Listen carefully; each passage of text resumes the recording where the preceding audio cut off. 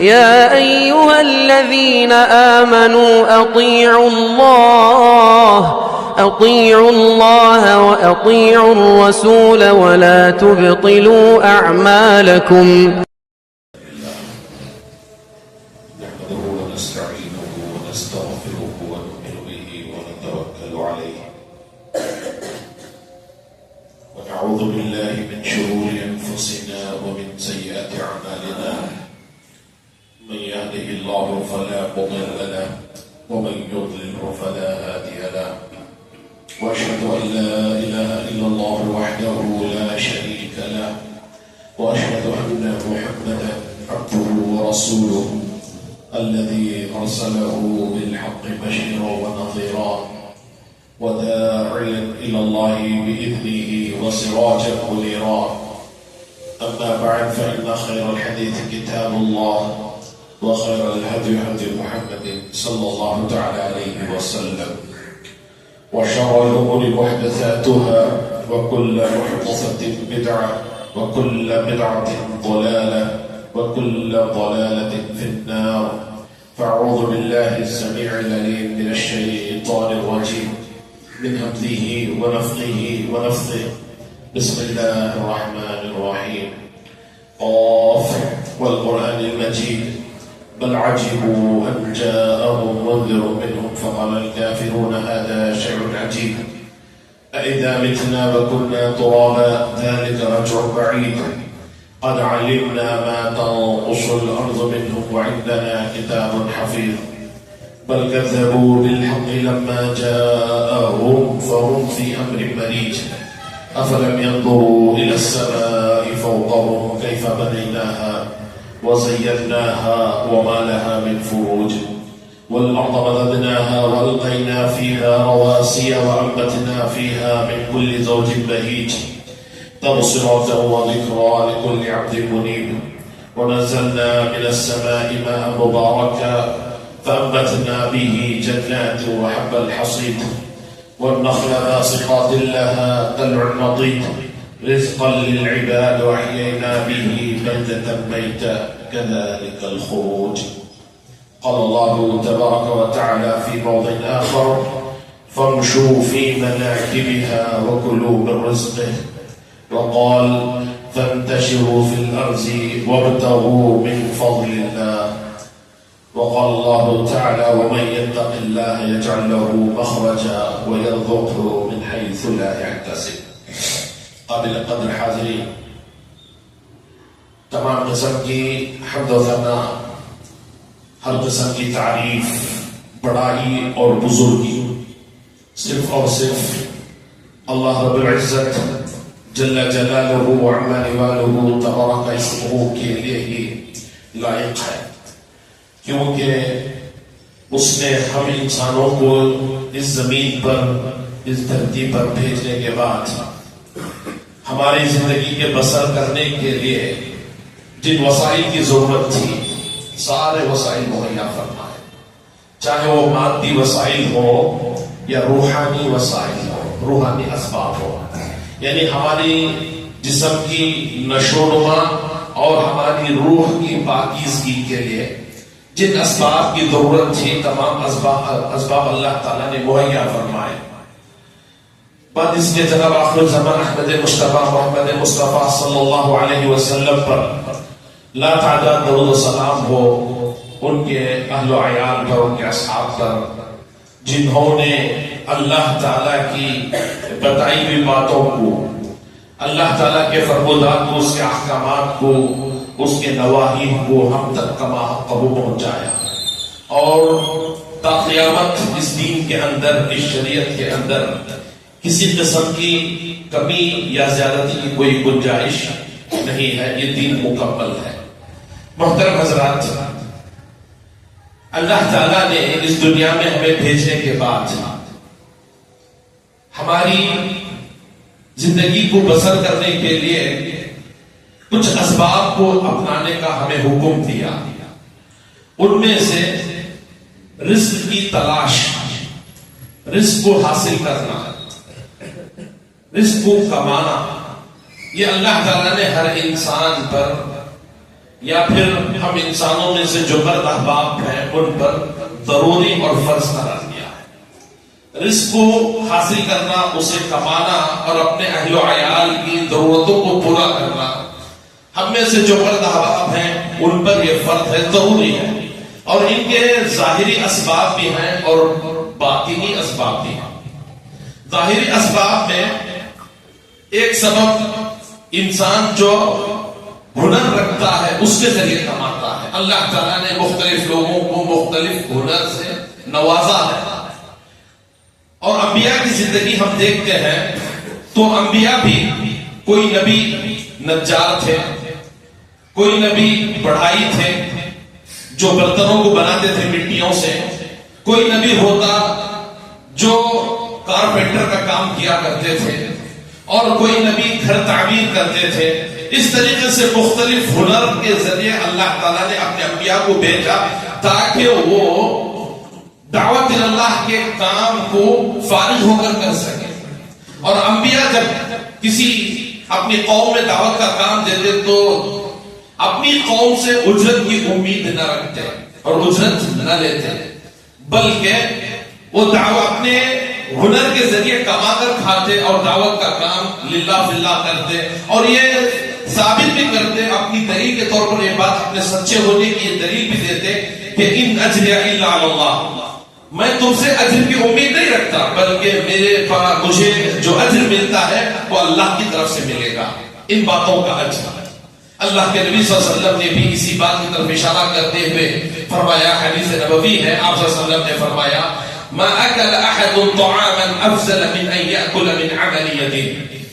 انسان جو کچھ لقمہ وہ کھاتا ہے، جو کچھ غذا وہ کھاتا ہے، جو کچھ رزق وہ کھاتا ہے، ان میں سب سے افضل رزق، سب سے افضل غذا اس کے ہنر کے ذریعے وہ جو کماتا ہے، اپنے ہاتھ کی کارکردگی سے جو وہ کماتا ہے. جو کوئی بھی کام وہ کرتا ہے، جو کوئی بھی ہنر وہ جانتا ہے، اس ہنر کو انجام دے کر جو کماتا ہے، وہ جو اس کے بعد کھاتا ہے، وہ سب سے افضل رزق ہے انسان کا. آگے فرمایا وَإِنَّ نبی اللہ داؤد علیہ السلام كَانَ يَأْكُلُ مِنْ عَمَلِ يَدِهِ، کہ اللہ کے نبی داؤد علیہ السلام بھی اپنے ہاتھ سے کما کر کھاتے تھے. یعنی اللہ نے انہیں خاص ہنر دیا تھا. وہ لوہے کے اوزار ہتھیار بناتے تھے، لوہے کی چیزیں بناتے تھے جو لوگوں کے کام آتے تھے، اس کے ذریعے وہ کما کر کھاتے. تو اللہ کے نبی صلی اللہ علیہ وسلم نے فرمایا یہ نبیوں کا شیوا رہا ہے کہ وہ کوئی ہنر سیکھتے پھر اس ہنر سے کما کر کھاتے. اس کے بعد اللہ کے نبی صلی اللہ علیہ وسلم نے ایک اور حدیث کے اندر فرمایا کہ دوسرا ذریعہ جو انسان کثرت سے اپناتا ہے رزق حلال کے لیے وہ ہے تجارت. تجارت کے بارے میں آپ صلی اللہ علیہ وسلم نے فرمایا التاجر المسلم الصدوق، التاجر المسلم الصدوق، ایک ایسا تاجر جو مسلمان ہے اور سچا ہے، تجارت میں جھوٹ نہیں بولتا، سچائی کے ساتھ تجارت کرتا ہے. آپ صلی اللہ علیہ وسلم نے فرمایا یحشر مع النبیین والصدیقین، بروز قیامت سچا تاجر نبیوں کے ساتھ اور صدیقین کے ساتھ اٹھایا جائے گا. اللہ اکبر، کتنی بڑی فضیلت، کتنی بڑی فضیلت اپنے لیے کما کر کھانے میں. یہ دین اسلام ہی ایک ایسا نرالا دین ہے، ایسا بہترین دین ہے جس نے اپنی پیٹ کے لیے کما کر کھانے پر بھی اجر رکھا ہے. ورنہ آپ دوسرے ادیان کو دیکھیں گے، رہبانیت، پورے دور سے دنیا سے کٹ کر اب شادی نہ کرنا، بچے نہ کرنا، اپنے آپ کو اپنے دین کے لیے فارغ کر لینا، لوگوں کے مال پر پڑے رہنا، لوگ دے تو کھائیں ورنہ نہ کھائیں، ایسا پڑے رہنا، یہ دوسرے ادیان میں ہے. لیکن ہمارے دین اسلام میں اللہ کے نبی صلی اللہ علیہ وسلم نے اور اللہ تعالیٰ نے بارہا رزق حلال کی تلاش کے لیے نکلنے کا حکم دیا ہے، نکلنے کا حکم دیا ہے. میں نے خطبہ نصرت کے بعد آپ کے سامنے جو آیتیں پڑھی ہیں اس میں آیت یہ بھی رہی ہے کہ فَامْشُوا فِي مَنَاكِبِهَا وَكُلُوا مِن رِزْقِهِ. اللہ یہ ارشاد فرماتا ہے کہ تم زمین کے اطراف و اکناف میں نکل پڑو، سفر کرو، زمین میں گھومو پھرو، زمین میں گھومو پھرو تاکہ تم رزق حلال کما سکو. وَكُلُوا مِن رِزْقِهِ، اللہ کے رزق سے کھانا. گھر میں بیٹھ کر رزق کی تمنا نہ کرنا، نکلنا ہے گھر سے باہر، اسفار انجام دینا ہے، سفر رزق خاطر، یہ نبیوں کی سنت ہے. رزق خاطر گھروں سے نکلنا، سفر کرنا، یہ اللہ تعالیٰ کا فرمان ہے، اللہ کا حکم ہے. ایک اور آیت میں اللہ نے فرمایا فانتشروا فی الارض وابتغوا من فضل اللہ. تم زمین میں پھیل جاؤ، زمین میں گھومو پھرو اور اللہ کے رزق کو کھاؤ، تلاش کرو. تو محترم حضرات، پتہ یہ چلا کہ رزق حلال کی ذمہ داری اللہ نے ہم پر عائد کی ہے اور ہم اس کو تلاش کریں گے. اس کے ظاہری اسباب دو میں نے آپ کے سامنے ذکر کیے ہیں، اس کے علاوہ بھی بہت سارے اسباب ہیں. معاشرے کے بدلنے کی وجہ سے، زمانے کے بدلنے کی وجہ سے اس کی کیفیات اور طریقے بھی بدلتے ہیں، لیکن اس کے کچھ روحانی اسباب ہیں جو انسان ان اسباب کو اپناتا ہے وہ رزق حلال کے حاصل کرنے میں کبھی ناکام نہیں ہوتا. روحانی اسباب کو اپنانے والا جو قرآن و حدیث میں اللہ تعالیٰ نے اور جناب محمد رسول اللہ صلی اللہ علیہ وسلم نے بتائے ہیں. مختصر سا وقت ہے، میں 2-3 اسباب ابھی ذکر کروں گا، انشاءاللہ آئندہ پھر کسی خطبے میں بقیہ اسباب کا بھی ذکر آپ کے سامنے ہوگا. روحانی اسباب میں ایک سب سے بڑا سبب جس کے ذریعے اللہ انسان کو روزی میں فراوانی عطا کرتا ہے، رزق میں کشادگی عطا کرتا ہے، وہ ہے سب سے پہلا سبب، سب سے اولین سبب وہ ہے التقوی، اللہ کا ڈر، اللہ کا خوف. تقوی انسان کو خوب روزی دیتا ہے، خوب روزی دیتا ہے میرے بھائیوں. اللہ تعالیٰ کا ارشاد ہے وَمَن يَتَّقِ اللَّهَ يَجْعَلْ لَهُ مَخْرَجًا وَيَرْزُقْهُ مِنْ حَيْثُ لَا يَحْتَسِبُ. قرآن کا وعدہ ہے، انسانوں کا نہیں، قرآن کا وعدہ ہے، اللہ کا وعدہ ہے. فرماتا ہے اللہ تعالیٰ جو اللہ سے ڈرتا ہے، جو تقوی اختیار کرتا ہے، جو متقی بن جاتا ہے، ایسے انسان کو اللہ تعالیٰ اس سے تمام مشکلات سے نکلنے کا حل اس کے سامنے پیش کرتا ہے. اللہ ہر قسم کی مشکل سے اسے نکال لیتا ہے. اس کے بعد فرمایا وَيَرْزُقْهُ مِنْ حَيْثُ لَا يَحْتَسِبُ، اور رزق کے ایسے ذرائع اس کے لیے کھول دیتا ہے جن اسباب کا اسے وہم و گمان بھی نہ تھا، جس رزق کا، جس سبب کا اسے علم بھی نہ تھا، ایسے اسباب اللہ مہیا کرتا ہے. محترم بھائیوں، ہم ہماری محدود ذہنوں کو استعمال کرتے ہوئے ہمیں کتنے اسباب معلوم ہوتے ہیں؟ 2 4 6 10 15 20 کا علم ہو سکتا ہے. اللہ کے پاس سینکڑوں نہیں، ہزاروں نہیں، کروڑوں ذریعے ہیں رزق کے اسباب. اللہ کسی بھی ذریعے سے آپ کو رزق دے سکتا ہے، لہذا تقوی ضروری ہے. تقوی کہتے کسے ہیں؟ تقوی کا تذکرہ تو آپ بار بار سنتے ہیں، لیکن تقوی کہتے کسے ہیں؟ اس ڈیفینیشن کو ذہن میں ہمیشہ کے لیے مضبوط کر لیجیے، راسخ کر لیجیے. آپ کی زندگی میں ہر میدان میں یہ چیز آپ کے کام آنے والی ہے اور ہر میدان میں تقوی کی ضرورت پڑتی ہے. تقوی کے تعلق سے آپ صلی اللہ علیہ وسلم نے فرمایا، حضرت علی رضی اللہ عنہ تقوی کی تعریف کی، تقوی کی ڈیفینیشن بتائی. وہ بتاتے ہیں الخوف من الجلیل. تقوی کہتے کسے ہیں؟ الخوف من الجلیل، اللہ کا ڈر دل میں، اللہ کا ڈر دل میں. آگے فرمایا والعمل بالتنزیل، اللہ نے جو کچھ نازل کیا ہے شریعت کے اندر اس پر عمل کرنا. حرام و حلال کی پابندی سر فہرست، بزنس تجارت میں حلال و حرام کی، حلال و حرام کی پابندی سر فہرست، یہ تقوی کا نام ہے. والعمل بالتنزیل، اللہ نے جو کچھ شریعت نازل کی ہے اس کے مطابق عمل کرنا.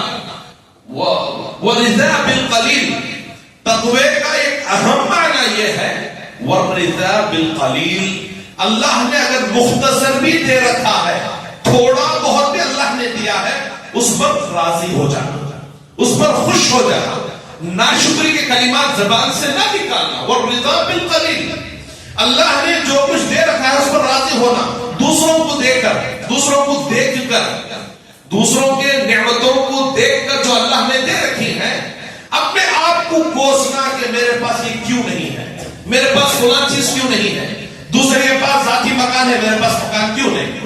جس کے پاس ذاتی مکان ہے وہ 4 فلور کی بلڈنگ والے کو دیکھ کر یہ کہے کہ اس کے پاس 4 فلور ہے، میرے پاس کیوں نہیں ہے. اس کے پاس 4 بلڈنگیں ہیں، میرے پاس کیوں نہیں ہے. اس کے پاس فلان نعمت ہے، میرے پاس کیوں نہیں ہے. اس سے تقوی کی علامت نہیں ہے. تقوی کی علامت یہ ہے والرضا بالقلیل، اللہ نے اگر آپ کو تھوڑا بھی دیا ہے اس پر اللہ سے راضی ہو جانا، اللہ سے خوش ہو جانا، اللہ کی اس نعمت پر راضی رہنا۔ آگے فرمایا والاستعداد لیوم الرحیل، اور ہمیشہ ٹارگٹ قیامت کے دن کو رکھنا یہ تقوی کی علامت ہے۔ ہمیشہ ٹارگٹ بروز قیامت ہونے والے پوچھ تاج کے بارے میں تیاری کرنا۔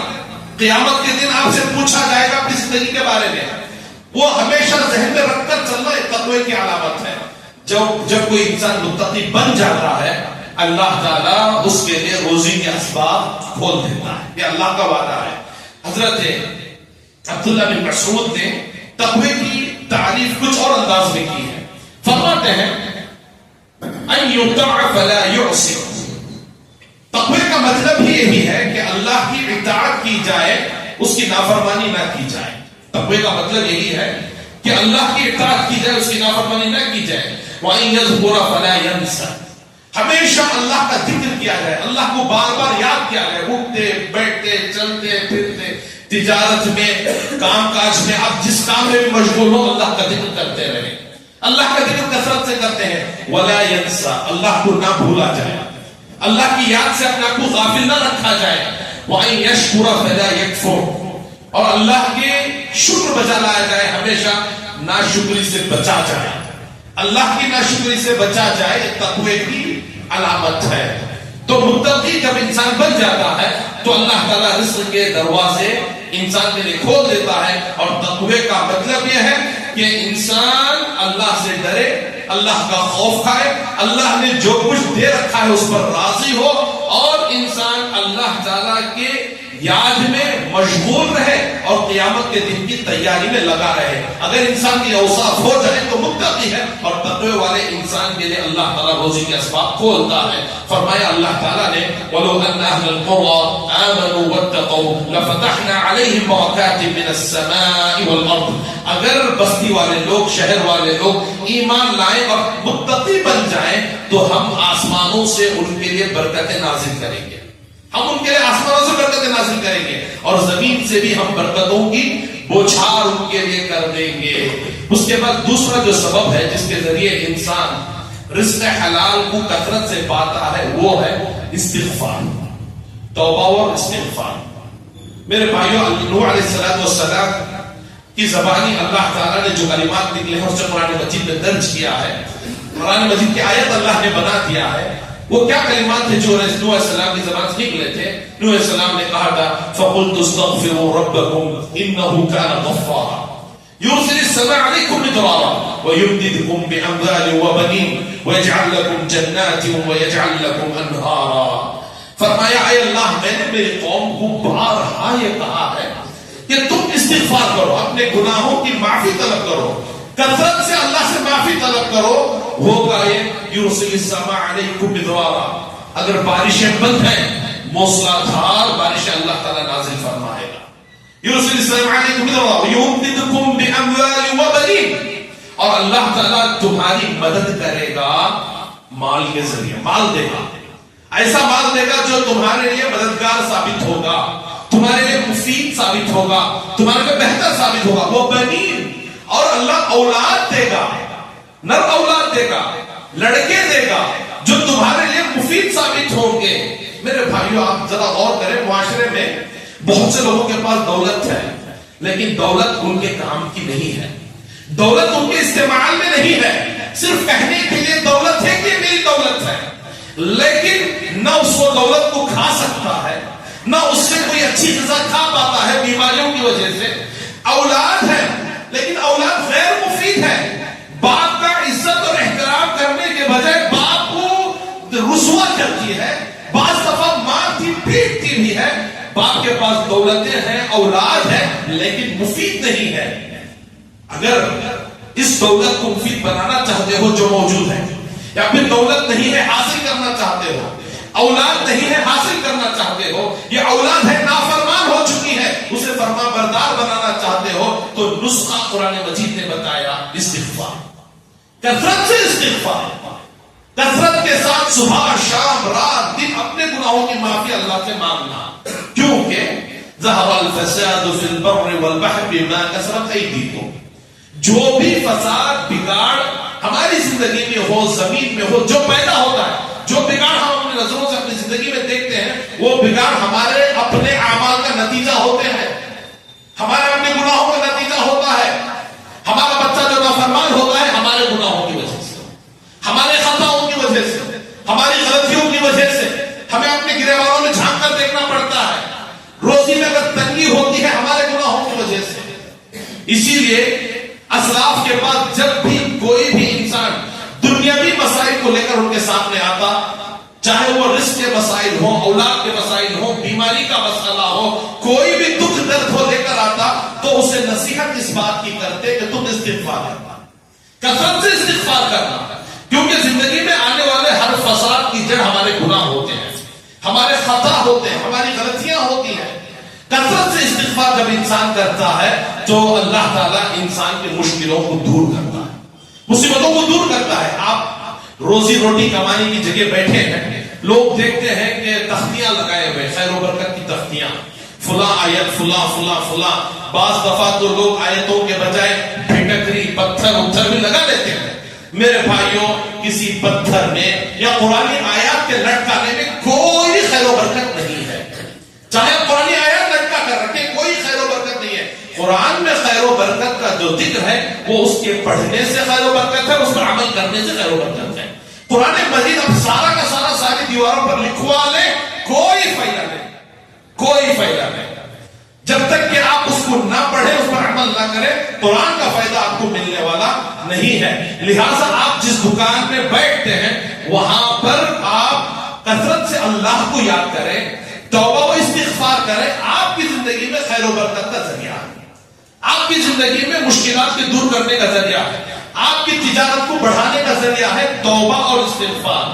دلیل کیا ہے؟ اللہ کے نبی صلی اللہ علیہ وسلم نے فرمایا، من لزم الاستغفار جعل اللہ له من كل ضيق مخرجا. من لزم الاستغفار، آپ صلی اللہ علیہ وسلم نے فرمایا، پھر نبی صلی اللہ علیہ وسلم کی زبان مبارک سے نکلے ہوئے کلمات ہیں. آپ صلی اللہ علیہ وسلم نے فرمایا جو استغفار کو لازم پکڑتا ہے، من لزم الاستغفار، جو استغفار کو لازم پکڑتا ہے، جعل اللہ من كل ضيق مخرجا، اللہ اسے ہر تنگی سے باہر نکلنے کا راستہ بتا دیتا ہے. ہر تنگی سے، ہر مشکل سے، ہر پریشانی سے، ہر دکھ سے باہر نکلنے کا راستہ بتا دیتا ہے. آگے فرمایا وَمِن كُلِّ هَمٍّ فَرَجًا، ہر غم سے اللہ تعالیٰ اسے نجات دیتا ہے. وَرَزَقَهُ مِنْ حَيْثُ لَا يَحْتَسِبُ، کثرت سے استغفار کرنے والا، لازمی طور سے استغفار کرنے والے کو اللہ تعالیٰ رزق ان ذریعوں سے عطا کرتا ہے جس ذریعے کا وہم و گمان بھی اسے نہ تھا.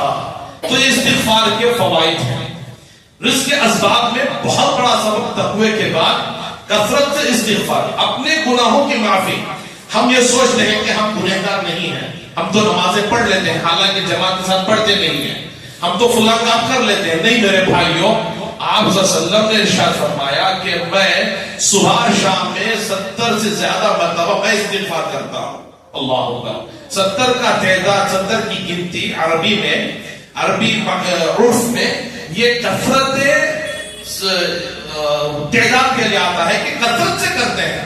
بعض دفعہ 70 کا 700 مرتبہ بھی ہو سکتا ہے، 7000 مرتبہ بھی ہو سکتا ہے. کہ اللہ کے نبی صلی اللہ علیہ وسلم اللہ تعالیٰ کے پاس کثرت سے استغفار کرتے تھے. سلف صالحین میں سے کسی سے پوچھا گیا کہ انسان کے لیے حمد و ثنا، سبحان اللہ، الحمدللہ، اللہ اکبر کہنا زیادہ بہتر ہے یا پھر استغفر اللہ پڑھنا بہتر ہے، استغفار کرنا بہتر ہے، یا اللہ کی تحلیل اور تسبیح بیان کرنا زیادہ بہتر ہے؟ تو علماء نے یہ بھی لکھا ہے کہ انسان ایسے ماحول میں ہے جہاں گناہوں کے زیادہ سرزد ہونے کے اس سے امکانات ہیں، تو ایسے انسان کو تسبیح اور تحلیل سے زیادہ استغفار کرنا ہے. اس کے لیے بہتر یہ ہے کہ کثرت سے استغفار کرے، استغفر اللہ کثرت سے پڑھا کرے. یہ رزق میں اور مختلف قسم کے مشکلات، پریشانیوں سے نجات پانے کا بہت بڑا ذریعہ ہے توبہ و استغفار. لہذا اس کو لازم پکڑیں، ہر وقت اٹھتے بیٹھتے چلتے پھرتے استغفار انسان کو کرنا چاہیے. بقیہ جو اسباب ہیں اس کا تذکرہ انشاءاللہ آئندہ خطبے میں جب موقع ملے گا بتائیں گے. اللہ تعالیٰ سے دعا ہے اللہ تعالیٰ ہم تمام کو کہنے سننے سے عمل کی توفیق نصیب فرمائے. اللہ تعالیٰ ہم تمام کے رزق کے اسباب کو اللہ تعالیٰ حلال بنائے. اللہ تعالیٰ رزق کو کشادہ فرمائے. اللہ تعالیٰ ہم تمام کو ہم میں سے جو مسلمان مومن ہیں ایمان کی حالت میں اللہ انہیں صحت اور توانائی نصیب فرمائے. اللہ تعالیٰ عزت کی زندگی نصیب فرمائے. اللہ ذلت و رسوائی سے محفوظ فرمائے. اللہ تعالیٰ خاص کر مسلم ماں بہنوں کی عزت و عفت کی اللہ تعالیٰ حفاظت فرمائے. آمین وآخر دعوانا الحمدللہ.